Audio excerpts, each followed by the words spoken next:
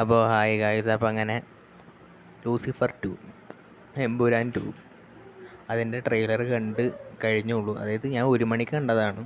പിന്നെ ട്രെയിനിലായ കാരണം ഇടാൻ പറ്റിയില്ല, കാരണം യാത്രയിലായിരുന്നു. അപ്പോൾ ട്രെയിലർ കണ്ടിട്ട് അതായത് നമ്മുടെ മലയാള സിനിമ തന്നെയാണോ എന്ന് ഞാൻ വിചാരിച്ചു. അമ്മാതിരി സാധനം. അതായത് ഇങ്ങനത്തെ കുറേ കണ്ടിട്ടുണ്ട്, അത് കാരണം വലിയ ഇത് തോന്നിയില്ലെങ്കിൽ, പക്ഷേ പൃഥ്വിരാജ് എടുത്ത് വെക്കുന്ന ഒരു രീതി ഉണ്ടാവും. അതായത് ഇങ്ങനത്തെ സാധനം ഒരു ഇംഗ്ലീഷ് ടൈപ്പ്, അതായത് ആ ഒരു സെറ്റപ്പിൽ എടുത്ത് വയ്ക്കുക, അത് റിയാലിറ്റി അങ്ങനത്തെ ഒരു ടൈപ്പ് എടുത്ത് വയ്ക്കാൻ പുള്ളിക്ക് നല്ലോണം പറ്റും. അതുകൊണ്ട് കാണാൻ നല്ല ഇൻട്രസ്റ്റ് ഉണ്ട്. അതായത് ആ ഒരു BGM, ആ ഒരു ടൈമിലത്തെ BGM. പിന്നെ ഇതിനകത്ത് പൃഥ്വിരാജ് ഇത്തിരി കൂടുതൽ നേരം ഉണ്ട്, എന്തായാലും കൂടുതൽ നേരം ഉണ്ടെന്ന് തോന്നുന്നുണ്ട് നല്ലോണം. പിന്നെ ടൊവിനോ, അതായത്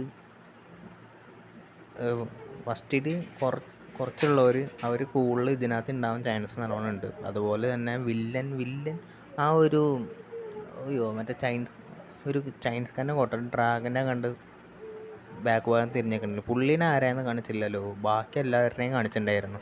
പിന്നെ BGM ഒക്കെ ഒരു രക്ഷയില്ല. BGM അതുപോലെ തന്നെ ട്രെയിലർ നമ്മൾ ആ ഒരു ട്രെയിലർ കണ്ടിട്ട് തന്നെ മനസ്സിലായി സംഭവം ഇതിങ്ങനെയൊക്കെ തന്നെയൊക്കെയാണ്. ഇനി ആ ഒരു സിനിമ കാണുമ്പോൾ നോക്കിയത്, ഈ ട്രെയിലർ കണ്ടിട്ട് ഇഷ്ടപ്പെടാത്തവർക്ക് ഉറപ്പായിട്ടും സിനിമ കാണുമ്പോൾ എന്തായാലും ഇഷ്ടപ്പെടും. കാരണം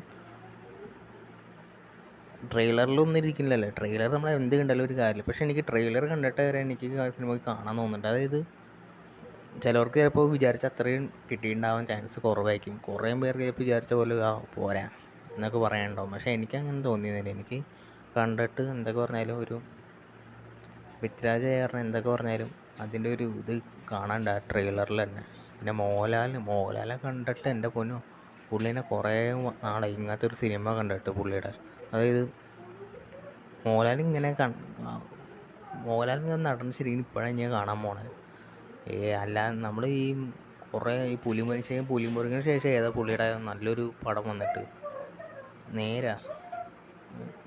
അല്ല, മോഹൻലാലിന് ഒരു നടനെ ശരിക്കും തിയേറ്ററിൽ അടിച്ചു പൊളിക്കാൻ പറ്റുന്ന രീതി. അതായത് ഇത് നല്ലോണം, അതായത് ഫാൻസ് ആയാലും ഇപ്പോൾ ലാലേട്ടനെ ഇഷ്ടപ്പെടുന്ന എല്ലാവരും ആയാലും സിനിമ എന്തായാലും പോയി കാണും. കാരണം ലൂസിഫർ ഫസ്റ്റിൽ നമ്മൾ കണ്ടതല്ലേ, അതായത് താഴ്ന്നിരിക്കുന്ന അങ്ങേറെ പിടിച്ച് കയറ്റിയത് ലൂസിഫറിലാണ്.